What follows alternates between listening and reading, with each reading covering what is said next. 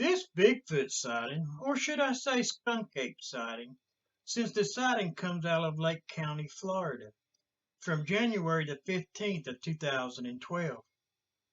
The witness stated that before making this report that he had only told one other person about this, that it wasn't his wife or any of his friends, but that it was a co-worker that he knew that had a sighting of his own in Utah, and that what he is about to describe has tormented him over the past several months.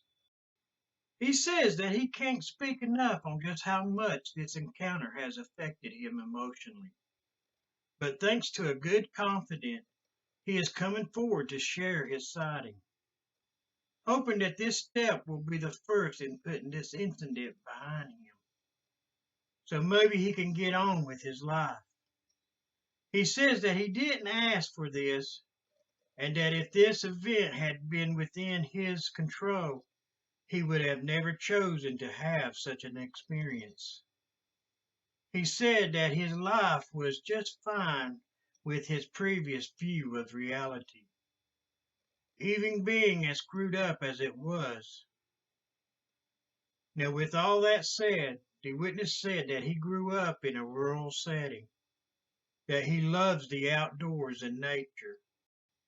He says that he spends a lot of time in the wetlands and forests of Florida, that there isn't anything better to him than being in the vast and uninhabited wilderness, that he is an executive in a large multinational corporation based in Orlando, Florida, saying that being shut up in an office building all week makes him just a little stir crazy. His job is very stressful, and on the weekends, he really likes to wind down while hiking or canoeing, especially in the winter months when the temperature isn't so hot. On the morning of January the 15th, he was visiting friends in Lake Mack, which is a very small community in central Florida. He says that the Ocala National Forest was right across the street while he was visiting his friends. So after his visit, he thought he would go driving through the forest, maybe do a little hiking as he was heading home. That he was driving on a service road, that the road was a one-lane dirt road, when he said the road started turning into soft sand. At this point, he got nervous about getting stuck. So he started to turn his car around. Now, at that moment, he felt the car sink. He says at this time he pulled left to the side of the road and was able to turn his car around. But that as soon as he started forwards again, the car sunk back into the sand and was stuck this time. So he decided to dig out the tires. Now he says that he was on his knees and digging sand out with his hands, that he stood up and stretched out his back from being bent over for so long, when all of a sudden he felt a shooting pain that went through his inside left thigh, just below his groin. Saying he let out a yell and backed up against the car. Then he noticed the rock fell from him onto the car, saying that this gave him a relief, that it wasn't a bullet or a snake bite, but that he turned back to the forest from where the rock had came from, seeing a slight movement in the bushes, but it wasn't so much movement that he could say that something was there. So at this time, he says that he was unsure of what to do next. While standing there for about 30 seconds, checking out his surroundings, saying he looked up and down the road and at the forest that was right behind him. Once he turned back where he was before the rock had hit him, he heard a noise coming from behind him. It sounded like movement. It was the sound of leaves and sticks being crushed on the ground, as if someone had taken one step and stopped. So at this time he figured something was on both sides of the road. One in front of him where the rock had came from, a nail someone or something that was moving behind him, saying that he looked back to the trees where the sound came from. While he still didn't see anything, at this point he said the fear really kicked in, saying several things started running through his mind at the same time, such as hogs and bears. While it hit him pretty fast that hogs and bears don't throw rocks at people. So he says that he thought there were a couple of people messing with him. That he called out who's there, that this wasn't funny and that he could use some help getting his car unstuck. Now he says that with the fear mounting and his thoughts moving towards protection and not so much worrying about his car at this point, saying that he remembered that he had a can of UDAP in his backpack that was in the trunk of his car.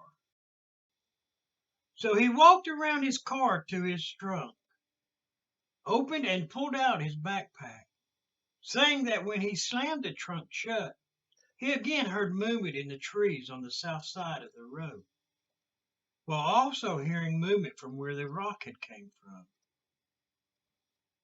Saying that he started unzipping his backpack, when all of a sudden something started making a loud hissing noise. Now the witness said at this point that he still hadn't visually identified what kind of animal he was dealing with. He said that the sound was like a feral cat would make if cornered, but much, much deeper and louder. Now he says that whatever this thing was started to alternate between a hiss and a loud vocalization. While hearing these strange and loud sounds, he says that it put him into flight mode, saying he jumped back into his car, locking the doors, when another vocalization sounded off.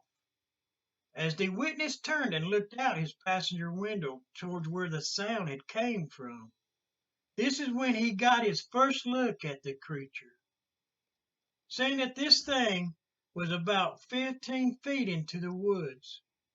Now, as the creature got up and stood on two legs, saying that he saw its head first coming up from behind the sawgrass, which is also known as palmetto. Then its back started to come over the palmetto as well. At this time, the witness thought that this creature was on all fours.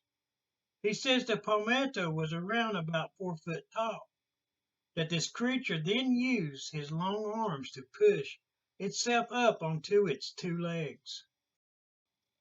Once this creature was standing upright, the witness said that the creature's head was obscured by the tree limbs, as was his legs and feet due to the creature standing in the palmetto.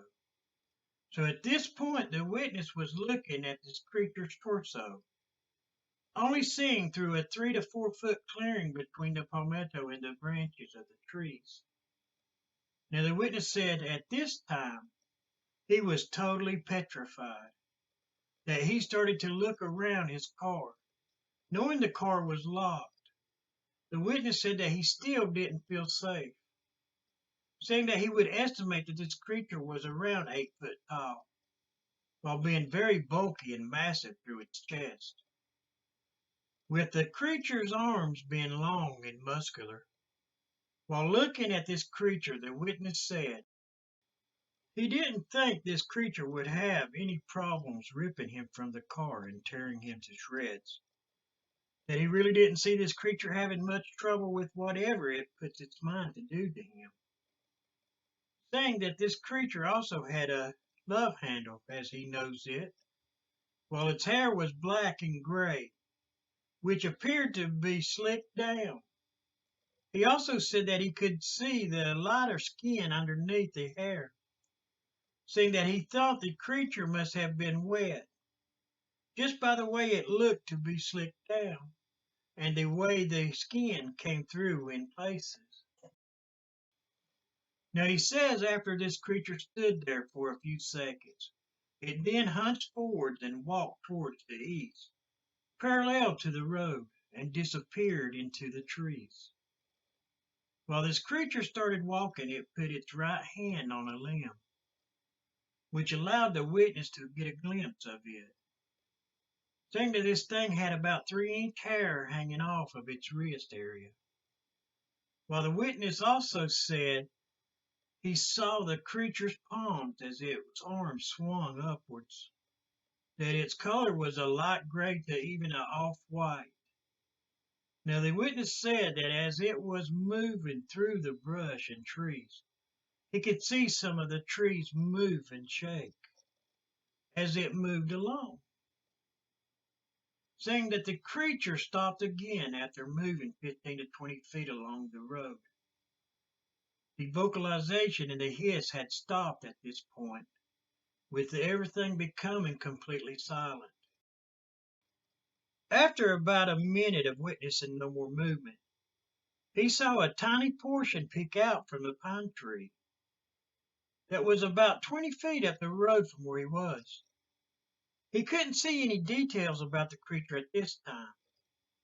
The weirdest part of this sighting to me is that the witness says that this creature seemed to be hiding and would peek out from a pine tree here and there, and that it appeared to be crouching down again, due to the creature seemed to be peeking out from about 3 to 4 feet off the ground. Now, the witness said that it became obvious that the creature had reacted to the slamming of the trunk and car door. So, not knowing what else he could do, he decided to try to scare this creature away. So he says he laid on the horn and started to open and slam his car door, hoping to frighten this thing away. To the witness' horror, the creature came out from behind the tree. At this point, the witness realized that his action had evoked the opposite response that he was hoping for. When this creature came back out from the tree line, the witness slammed his door shut.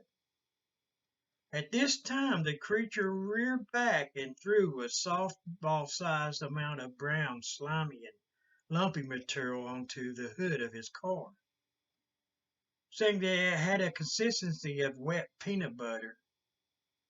Then the creature moved across the road using his arms and legs, while being crouched over. As it went back into the woods on the other side of the road, one thing that the witness said he did notice at this time was that the creature was soaking wet. He could see water dripping off its arms as it was crossing the road, looking like a long-haired dog while being wet. He said he did notice the creature's face also, that it was dark gray in color, while having large dark eyes, with a large mouth and thick lips, that its nose was human-like, but with one exception. Its nostrils was slightly flared and large, saying that it was more flat and sunken, saying that this creature looked like an ape except for the facial area, which seemed more human to him. Now that the creature was on the same side of the road as him and his car, the witness said that he started using his horn again, but that he didn't open his door back up, just in case this thing decided to attack his car. Now, after about 1 minute of this creature disappearing into the woods, that it reemerged once again. This time the creature was walking straight upright, like a human. The witness said that this thing paused at the wood line again. Then with one big step it crossed the road again. He says to his horror that this creature was carrying a child with it. This creature had both of its little creature's arms in its right hand, with the child seeming to be limp from the neck down, but was moving its head and eyes as it was watching where it was being taken. Once this creature made it to the tree line on the other side, it again paused and lifted the little creature up and placed it on its hip, while the juvenile creature wrapped its legs around the bigger creature's back and stomach, while hanging on to its chest area, saying that this creature was carrying this child just like a human would on their hip. Now the witness says that it never reemerged again, and that he never saw this thing again. Now, he did estimate that the juvenile creature was around 3 foot tall, and that the smaller creature was also different colored than the larger one, that it was a light brown with hints of red and blonde in it, and that the smaller one looked to be very, very thin. He says at this point that he just sat in his car, that after an hour or so he finally saw a couple of hunters coming down the road in a Jeep. Saying once he got back on the road, that he headed home and never looked back. He says that he was never a Bigfoot believer, but oh my God, just how wrong was he? Wow, I guess he did have a wild sighting. I hope that making this report put this sighting behind him, or makes it a little bit easier to live with anyway. So what did you think about this sighting? Drop me a comment down below. And if you like this sighting report, then give a thumbs up. While you're down there, hit that subscribe and notification buttons as well, so you can keep up with all of our latest videos. And thanks for watching those endless mysteries.